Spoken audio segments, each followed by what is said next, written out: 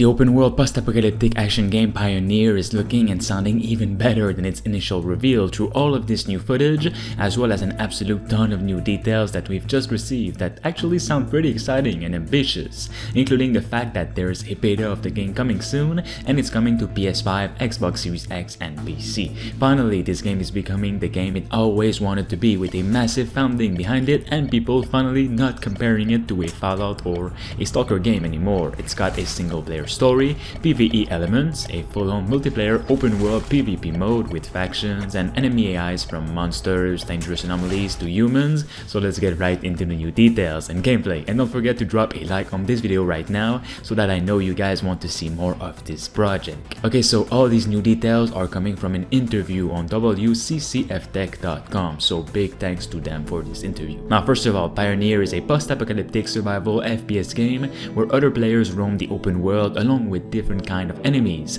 in different unique locations on the map. You can do raids with friends, you can play the story alone or with friends, or you can fight other players in a PvP world where humans and monsters cohabit together. It is said that Pioneer will focus on several different types of quests and more than 50 quests in total in game, which will be available to all players either solo or in co-op. There are various quests in the game, both daily activities passed in a few minutes, not counted in these 50 quests, and more extensive and comprehensive tasks, including quest lines. For easy comparison, you can take the classic side quests from the Elder Scrolls or Fallout. In narrative structure, the game is very similar to the Bethesda games, which is what they were heavily inspired by. It is a world full of life that isn't really big. Pioneer will require people to eat and sleep in-game, and if you do not do so, there will be limitations to your character, but they have reduced the pressure on the player during the development. Pioneer remains a complex game, but it is a game about exploring the unique world, and the devs want the player to focus on that.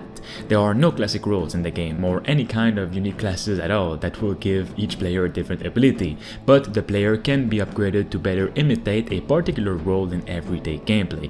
Variability is present, but the player's skills comes first, which is a feature I very much like, because I'm not really into heroes and all that kinds of stuff. There's so much games out there that use these kind of heroes and different abilities and such, and I'm not really interested. The game has several extensive dungeons to raid after reaching the maximum level. In addition, a huge number of story, co-op, and single-player dungeons will have to be visited while completing story and the side activities. It is also possible to see certain territories in the Shadowlands if it is done by a clan. By the way, the Shadowlands are a place where PvP is enabled. The devs will tell more about this later. Right now, the system is too basic. It is important to understand that not only the Shadowlands are available for PvP. If you'd like to rest a little bit with your friends or just alone and do some things in your house, there will also be special resting places for your clan, like a room that you can rent or a house. They highlight this Shadowland area because it is a large part of the map where PvP is not limited by anything. When a person dies, the kill player gets his resources and equipment taken away, but not all of them. Also, the kill player can return for his items if no one has picked them up yet. They try to find a balance so the player can lose volumetric progress after his death in the Shadowlands, but will not lose the opportunity for revenge and motivation to play further.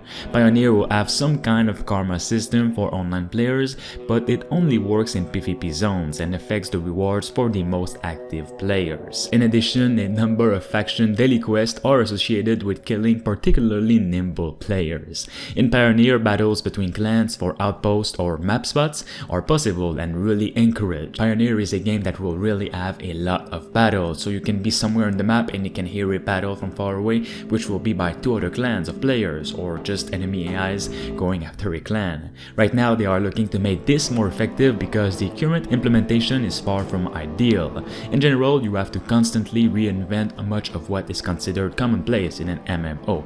Crafting is the most important part in Pioneer, especially in improving items and creating exclusive ones. accounts. At some point in the game, the global development of your hero will be done solely through the constant use of the workbench. Now about crossplay between PC and consoles. Cross-platforming is built into the game's framework and is bound to appear in the release version or over time, but crossplay between PC and console players is currently completely absent and is in the early design stage, the developer said. Also, there are plans to switch to Unreal Engine 5, but they are not on the current agenda. The team's current goal is an optimized release version, which could be interfered by the sheer number of radical, albeit positive, innovations in Unreal Engine 5. They chose not to take the risk, and only time will tell if that decision was correct.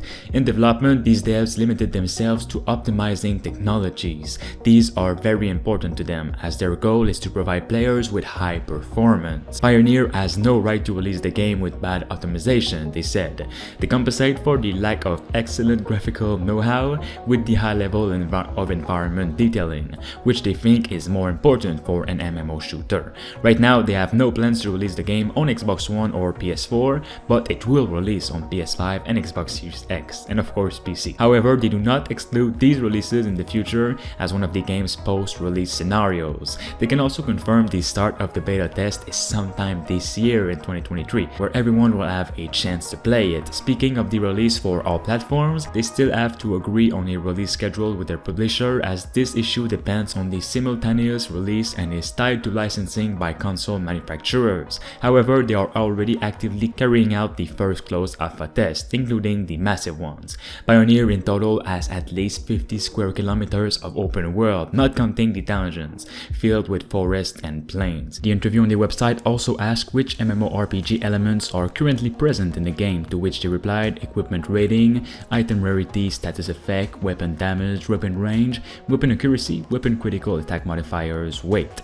And are there any proper survival elements, for example having to eat or drink, sleep and etc., to which they replies yes, again the players needs to rest and eat. One question asked, you mentioned PvE raids, however as I understand it there will be no bosses in Pioneer, right? If so, how are you planning to make these challenging and entertaining for groups? To which they replied there will be bosses. These are unique monsters that cannot be dealt with alone. In addition to motivated PvP in the empty lands, they will also have arenas with raiding tables for those looking for a competitive side of Pioneer, which I think is pretty great. Overall, Pioneer really looks like it has a lot to offer. It was previously again compared to Stalker and Fallout, but it has so much more, and thanks to the funding that it received and its publisher, it has now become almost a AAA game. It was first an indie game that I covered maybe 2 or 3 years ago, but now it's become so much more, and I'm so glad to see this actually happen. If you'd like to see more of this game, make sure you subscribe right now and of course like the video.